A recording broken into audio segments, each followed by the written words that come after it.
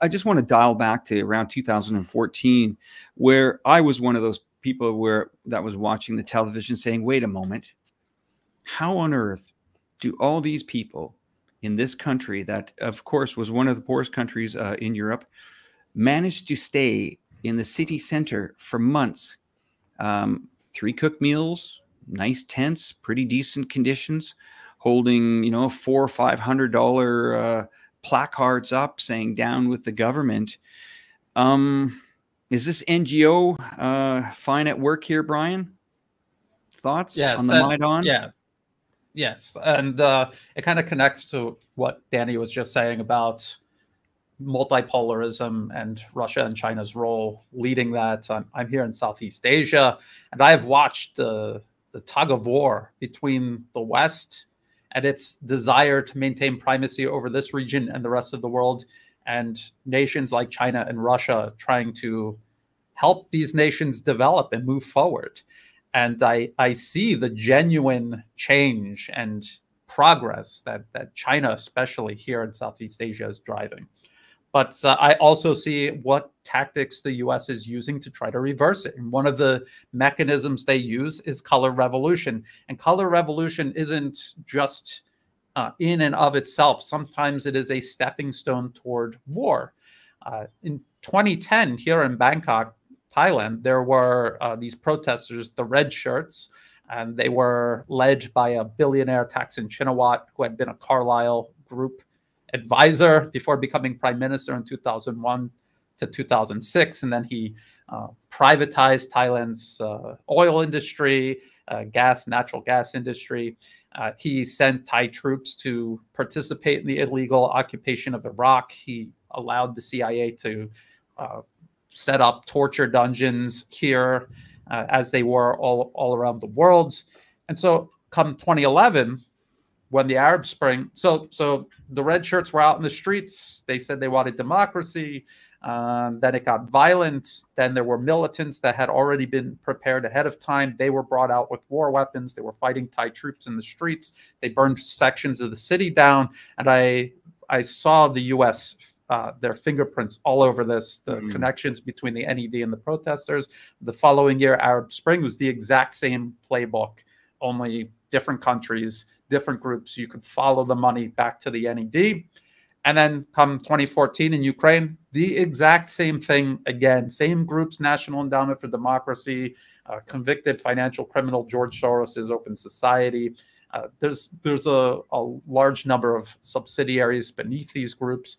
They were in there. And also the U.S. State Department, Victoria Nuland, was literally walking around in the streets. At the time, U.S. Senator John McCain was literally on stage with neo-Nazi Lindsey Graham. Lindsey Graham, his sidekick. And so, it was just an open U.S.-sponsored regime change. Victoria Nuland was caught on the phone talking about handpicking the client regime they wanted to install into power. And from that point onward, Ukraine ceased to exist as a sovereign nation. We keep hearing about, oh, Russia is invading Ukraine and we have to uphold the territorial integrity and sovereignty of Ukraine. They haven't had any sovereignty since 2014. There's no sovereignty left to protect. And if Ukraine wants their sovereignty back, they have to get it back from those who took it. That is the United States. They still hold Ukraine's sovereignty to this day. So, Brian, let's talk about some of the military hardware that is down there. You and I were speaking earlier today. I'm going to bring up in a moment, what would be the first collection that you'd like me to bring up? We have the T-90s. We have the T-72s. What's your flavor we can talk about for military hardware down there in Ukraine? Yeah, I think we could get to the tanks later. Maybe just the bomb. Let's do the bomb. The bomb first, because there's a lot of. I mean, just as you said, every week it's a different weapon system, or every month it's a different weapon system, and it's a wonder weapon that's going to change the conflict, the nature of the conflict. And yet, well, we're looking at a JDAM. This is the American version of what Russia is using, a precision-guided bomb dropped by warplanes. Russia's is called UPAB 1500B, but there's different versions and different sizes of these. and the warhead could be up to 1,000 kilograms. That the warhead, not the whole bomb, is around 1,500. That's why it's 1,500 B. But just think about how much explosives that is, 1,000 kilograms, versus say like the Iskander missile, which is up to 700 kilograms, or the Caliber cruise missile, which is between 400 and 500 kilograms. So you can see just how much more powerful a bomb is, and it glides up to 40 kilometers. I believe the JDAM, only this one that's pictured here, can only reach about 28 kilometers. So what this allows Russia to do is to bomb targets along the front line, just out of range of Ukraine's shorter range air defense systems. Their longer range air defense systems, like the S-300, those are, if they exist, they are centered around cities and priority targets. They cannot afford to have them all along the front line. And just this week, we saw several S-300 systems targeted by the Lancet drone, kamikaze drone, Russian kamikaze drone. Took out, I saw at least 2. People are saying like more than 2 or 3. And there were shorter range air defense systems there to protect the S-300s. They were also taken out by Lancet drones. And they're the ones that are supposed to see these smaller drones, especially the German Gepard. This is like a machine gun that's supposed to shoot down drones coming at closer ranges, and it all failed. And they took out these air defense systems, and they're irreplaceable. There's nowhere where Ukraine can get additional S-300 systems. So this is all part of a much larger war of attrition. So we started by talking about 2014, the color revolution, and we see how it's led up to this large-scale war, and we can see how it is possible that this could even escalate further to something much more dangerous. But as at the moment, it's a war of attrition, and we see Ukraine running out of air defense systems and missiles to fire with these systems. And this is because we see these missile attacks by Russia. Every time they launch a missile attack, Ukraine tries to shoot these missiles down. For each incoming missile, they'll fire at least 2. And you cannot replace these interceptors as fast as Russia is building these cruise missiles and Garand 2 drones. So this is a problem that you can see. Pick any specific topic militarily. This is what Russia has been doing, outproducing and outfighting Ukraine and their Western sponsors. This bomb that we're looking at, Hang's got a question there. How much does one of these things cost? Oh, I don't know, but the general concept is that they're much cheaper than, say, a cruise missile or a short-range ballistic missile like Iskander, because it's dropping. There's guidance mechanisms inside. It works with satellite navigation. So for Russia, GLONASS, and it'll guide it down to the target. So it's simpler than a cruise missile or a ballistic missile, and therefore it's cheaper. And we have another collection coming up here of the, I believe it's, give me a moment. Maybe we can talk about the tanks. I mean, I was hearing, watching on television the other night of the tanks being, we'll call it replenished in Russia. They're saying, I don't know if this is accurate, but they can only produce 20 a month. Is that inaccurate or accurate? Russia. Yeah, well, even like anti-Russian news sources say Russia can build up to 800 between brand new and refurbished tanks. And that was before they ramped up production. So I would assume that it's much higher than that now. I think like 15 a month, 15 to 20 a month was what the factory in the United States is capable of if they were to ramp it up to full production. That's what they claimed. So the thing to keep in mind with Russian tanks is you have older tanks like the T-72, you have the T-90, now you have the T-14 Armata, which apparently is being used at the fringe of the conflict, being broken in.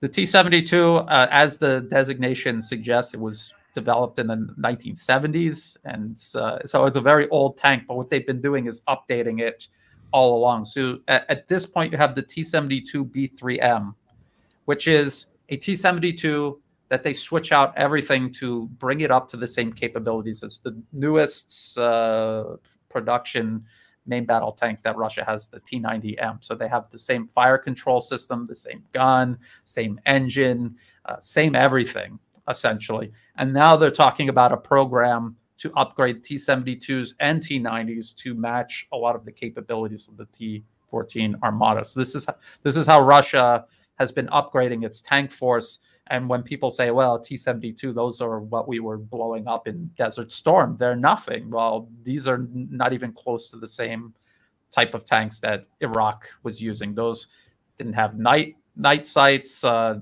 thermal imaging, fire control, didn't have any of that. So it's essentially a completely different tank. Superficially, it looks similar, but the insides are totally different. Okay, I'm going to bring up one more time here. The T-72Bs is what you're talking about. Just allow me a moment, everybody, to bring this tank up. I mean, it's incredible that NATO, I mean, really, if you look at what the end goal is going to be here, people keep thinking that there's going to be a win by both sides, of course. But if you think about it, if the Ukraine side wins, I'm saying if, then that would mean that you could pretty much say that it was total NATO involvement and everybody pushing Russia right back to the borders. I don't think that's going to happen. I think if that got to that level of conflict, it would be a mess for everybody in the world. And I would say that, the nuclear bombs would be flying by that time if it got that bad. Thoughts? Danny?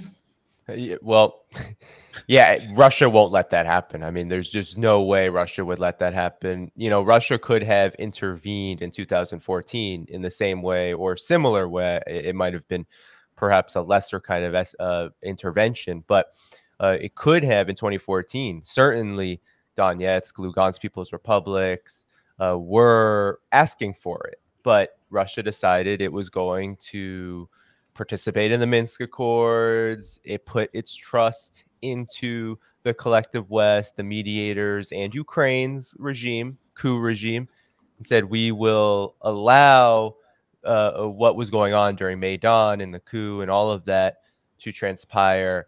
And of course, now Putin and the United Russia Party and certainly the majority of Russia's population say, well, that was an error because you cannot trust the collective West, and the violations of the Minsk Accords and the admissions from former German Chancellor Angela Merkel all point to that. So, Russia won't let it happen. Russia has said that this is the red line, that Donbass will be protected at all costs.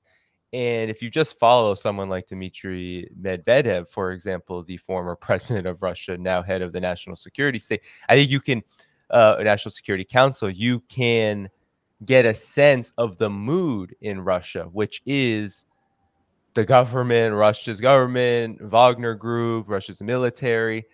Sergei Shoigu, none of them are going to dial back should there be an escalation. In fact, if Ukraine and of course NATO behind it decides to go to total warfare, as you intimated, Alex, you can bet that there will be a direct military conflict. And there's no way such a thing would not go nuclear, because this is existential for Russia. And NATO has made it very clear that this war in Ukraine, which turned into a war of attrition, I think, much to the chagrin of certain elements of both sides of all sides of the conflict, any kind of sort of endgame scenario would lead to a confrontation that would go nuclear, because neither Russia nor NATO can allow a loss to occur. And for Russia, I think Russia knows that both time, resources, and the will, right? I think this is not talked about a lot when we talk about conflicts in this point in time. But there was a time 50 years ago during the war and invasion of Vietnam, for example, where a lot of people were talking about, well, who has the will to win? And there was all sorts of jokes and kind of references to, well, the Vietnamese people, they don't have any weapons. They're very poor. They're peasants. and yet they ousted three of the biggest militaries, the U.S., Japan, and France, over the course of decades. Russia is in a much different situation. Russia is not Vietnam circa 1950 to 1945 to 1975. Russia is a modern military. It is a rising power, and it doesn't have any of those disadvantages. And so I do not see any kind of loss for Russia in this. And the only cards NATO could pull out would lead to really the existential crisis that I don't think NATO can handle, which would be a nuclear conflict. Well, here's where I'm a little bit more skeptical on how this thing could play out. We are one bomb short of this entire Europe getting involved here.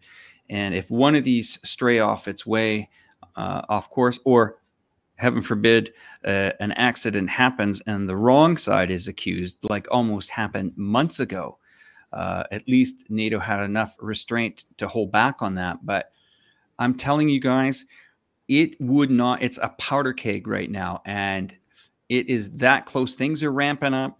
The Ukraine government is really putting a lot into this, whether it's a spring offensive, an autumn offensive, a winter offensive. They're putting all the marbles on it. This is the last one. And hey, as I said, Danny, stranger things are happening. We're seeing pipelines being blown up, bridges being, now we saw an attack on Crimea. There is a lot of rhetoric, but we're seeing the de-dollarization around the world. As the U.S. is building bases, China's building bridges. And this is where we come full circle right back around to China. And my concerns here is that we may not get the chance here to broker a peace deal. And I honestly feel that now China, as of last week where Xi Jinping made that phone call, I think that phone call, it was very clear that we are on the road to ending this war. This is how it's going to end. Territorial disputes will be, negotiated. But let's look at the 2014-2015 Minsk I, Minsk II agreement. It was very, very clear there what part of the Ukraine went to the Luhansk, Donetsk, and the Donbass area. I think if the viewers haven't read this, you need to search on the internet after we're done this program today. Read these agreements. Very, very clear. They will tell you exactly how I think this is all going to end up, because it was very clear what was happening. I think, Brian, you're very familiar with what I'm talking about now here, is that these agreements basically said to Ukraine, okay, guys, give up this territory, turn the water back on. Yes, they did turn the water off in 2014. Turn the electricity grid off. They did do that to their own citizens. They also turned off the banking system. They turned off, the pension system for that entire part. So I do not see that part ever going back to Ukraine. I think that's a done deal. I think the Chinese are very aware of that. I think we have a window here. I would say probably a 60-day window to end this once and for all. I think China will be the one to broker it. Anybody see a way out of this? Brian, I'm going to go over to you. Tell me if you still want me to leave this image on the screen. Oh, no, that's okay. Regarding President Xi Jinping's phone conversation with Ukrainian President Vladimir Zelensky, I mean, I think what they were doing was opening the door, making it known that the door for diplomacy is open, that anytime Ukraine wants to stop playing the proxy for the United States and destroying itself, they can walk through that door. It's open. They opened it for them. I think they made it very clear that it's, the maximalist objectives of Kiev and their Western backers. This is not going to happen. It's not realistic. It's not going to happen. And you have to think, I mean, this is very important, Alex. This is why it's good for you to constantly be refreshing people's memory about the history. For 8 years, before this started, for 8 years, the client regime installed by the U.S. in Kiev was ruthlessly and needlessly antagonizing their Russian-speaking population across the entire country. They were passing laws. We always hear the U.S. say, "Oh, China's committing genocide," or maybe not real genocide, but cultural genocide. They're trying to stomp out the Uyghurs' language. Well, in Ukraine, the U.S.-backed client regime was actually trying to stomp out the Russian language. They were passing laws to do that, when in China, they passed laws to preserve the ethnic minority languages. So they were doing this specifically to provoke Russia. And the U.S. does not want to see any sort of resolution or negotiation. This is a proxy war. They are feeding Ukraine into the proxy war, as they have openly said, to the last Ukrainian, if that's possible. And the only thing that could possibly change this is either, one, Russia changes things on the battlefields, where the only option is resolving this, very similar to what Russia and Syria did, the U.S. proxy war there in Syria. Or someone wakes up in Kiev, and I wouldn't bet on this. They wake up and they say, "Enough! We're not playing proxy anymore. We're going to take China up on this other option." I just don't see that happening. It's going to be settled on the battlefield, I'm afraid. I'm going to put this out to all of the people watching the program today, which is just under 5,000 people. Here we go. 1, 2, or 3 to everyone here. Is this going to go 1, nuclear? 2, are we going to have peace? Or 3, is it going to be the Ukraine and NATO wins? I'd be very curious to hear everyone's opinion. And if you do put a number in there, also maybe put what country you're watching from too. It'd be quite interesting to see what everybody says.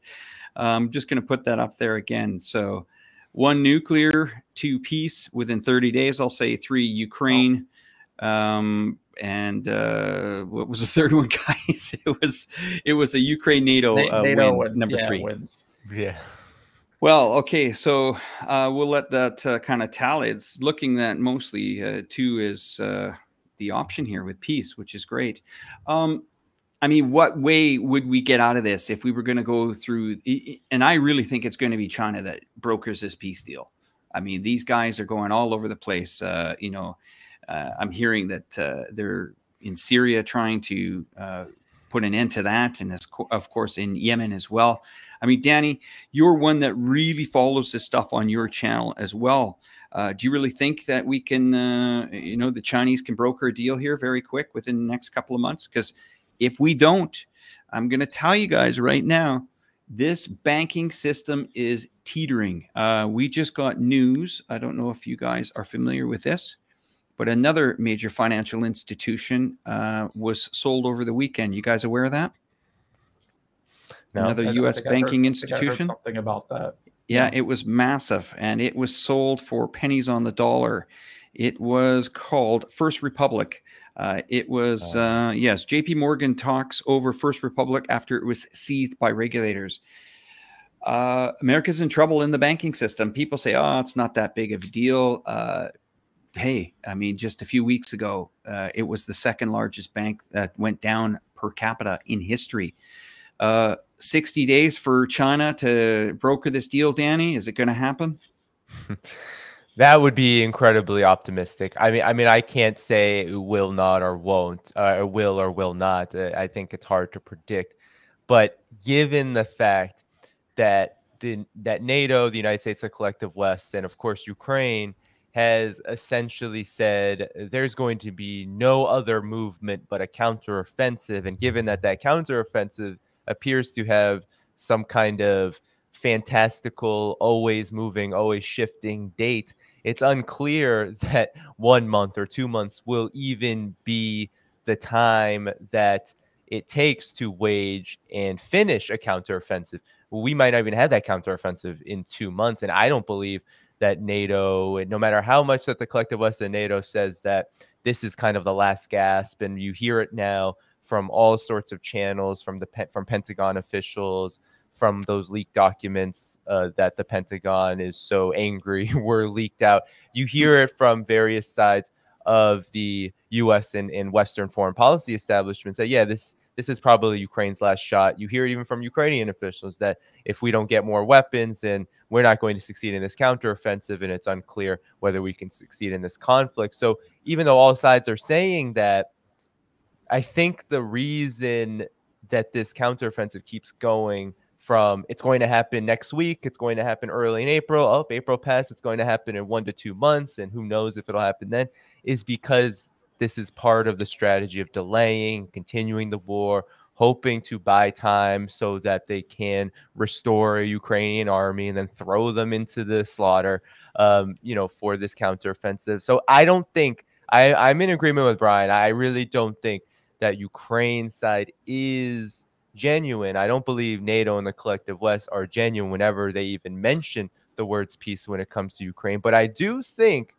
that if there is any kind of movement toward peace, it's going to it is going to happen because China and the rest of the world have shown and demonstrated that they want peace, and that there's absolutely no other option available except the two options you put on the table, Alex, nuclear or peace. I do think that some kind of peace talk, ceasefire talks at the very least, could happen because those are the only two options left. I'm not so convinced NATO and the collective West believe that right now, and I'm not so convinced they would even participate in such talks if they were to happen. I think that it would have to be because Ukraine is in such a desperate position. I don't know how more desperate you can get than a collapsed economy, burning through armies, and essentially having absolutely no control over your political economic system. I don't know how much more desperate you can get, but that, I think, coupled on Russia's continued offensive, right, constant missile strikes, beating, creating this stalemate situation where Ukraine has to burn through armies, I think that could escalate and, of course, get worse for Ukraine. And then I think when you heard Zelensky on the phone call, if you read the readout from China's foreign minister, you see Zelensky gets a little tiny paragraph at the end where he basically just affirms everything Xi Jinping was saying. And I think that's because there is this game being played where, of course, no matter how under the thumb Ukraine's regime is to NATO and the collective West, someone like Zelensky, these officials, they want preservation too. They don't want to be ousted. They don't want to be eliminated from political relevancy. So they take a little bit of stock of that exit ramp that China is providing. And I think that's why the call transpired the way it did. Before I hand it over to Brian, there's two things that I want to bring up on this program. One, Danny, you were talking about, the Ukraine is probably tired of seeing their infrastructure being blown to bits. Well, hey, I mean, if you're going to continue to reload, and pretty much wipe out the next generation of young men in that country, this is what's going to happen to your infrastructure. But let's not forget the price tag and the IOU for the Ukraine to the rest of the NATO countries is ticking. Sure, Zelensky can go on a shopping list and say, I need this, this, and this. But mark my words on this one. I guarantee you that once this country gets back on its feet, the airport, the railway lines, the electrical lines, the power plants, everything that goes underground, whether it's pipelines, natural gas, wheat, whatever, there will be a payback. And that country is going to be in debt for over, I would say, 100 years, because not all these companies, it's not being shipped in there by aid. Oh, we're helping. We're going to do this. We're going to, give. Yeah, sure. No problem. We're going to give $300 million. They're going to have to pay it back. Okay. And the rich people that were in that country, well, they all fled to Monaco. Well over a year ago, there was an investigation, and you guys can check this out for yourself on the internet. Not making this up. This is no conspiracy theories. I used to live in the Principality of Monaco myself, tax haven, in the south of France, sandwiched between Italy and France. There are a lot of Ukrainian planes driving around there, to the point where the investigators, the tax investigators, fraud department from Ukraine did an investigation. They found over 86 individuals. Now, this is a principality that has actually blocked Monaco, Russian bank accounts during this phase to the tune of over 3,000. So multimillionaire Ukrainians are now in Monaco. The Russians are kind of out of Monaco. And get this, and you can see it. The people that wrote up about this investigation, the reporters, are actually under investigation by the Zelensky government, the reporters themselves. Not a word of a lie there, guys. Go check it out after you've watched this program today. It's called the Monaco Battalion. That's what they've called it. It's called the Monaco Battalion. 86 very, very extremely wealthy, yacht driving, Bentley driving Ukrainians floating around the Principality of Monaco, watching the Grand Prix while their young men are being absolutely obliterated. Brian Berletic, back to you, sir. Well, yeah, I mean, there's a lot of that going on, and just have to ask ourselves, when was the last time the United States or the West in general have built anything, even in their own country? What are they building, and how are they going to rebuild Ukraine? Ukraine, if there is anyone in Ukraine that actually cares about the nation of Ukraine and its future, knows that any type of reconstruction is going to have to be done with a nation like China, but also Russia, and whether they like it or not, that it's going to be, and it's an irony that we are being told by the Western media that Russia wants to destroy Ukraine, but Ukraine is being destroyed because the U.S. deliberately used it as a proxy, and their ultimate goal is for Ukraine's complete destruction, and there is no provision to rebuild it. They're going to loot it, but there will be no reconstruction. Just look at Afghanistan. Just for an example, 20 years of so-called reconstruction, and it was worse. It was worse when they left than when they first got there. It's unbelievable. And this is where the West is. A lot of people will try to compare this to World War II and how the U.S. helped Germany and Japan, but this is a completely different time period, a different generation and style of leadership, a different economic system, different everything. So we cannot really do analysis by analogy or historical comparison. I think eventually we're going to see the conflicts managed the same way the U.S. proxy war in Syria. So we see the proxy war in Syria is still going on even right now. It's been minimized. It's under control. It's going in the right direction, but it's a long-term projects. Alex, you keep talking about de-dollarization. That is the one thing that could serve as a catalyst to accelerate the whole process. If the United States, its economy, its status as the U.S. dollar status as the reserve currency, if that falls out from under the U.S., their ability to drag this out as long as they have in say Syria or Afghanistan or Iraq, another place they've never left. If that happens, then they're not going to be able to transform Ukraine into this forever war that they actually really seek.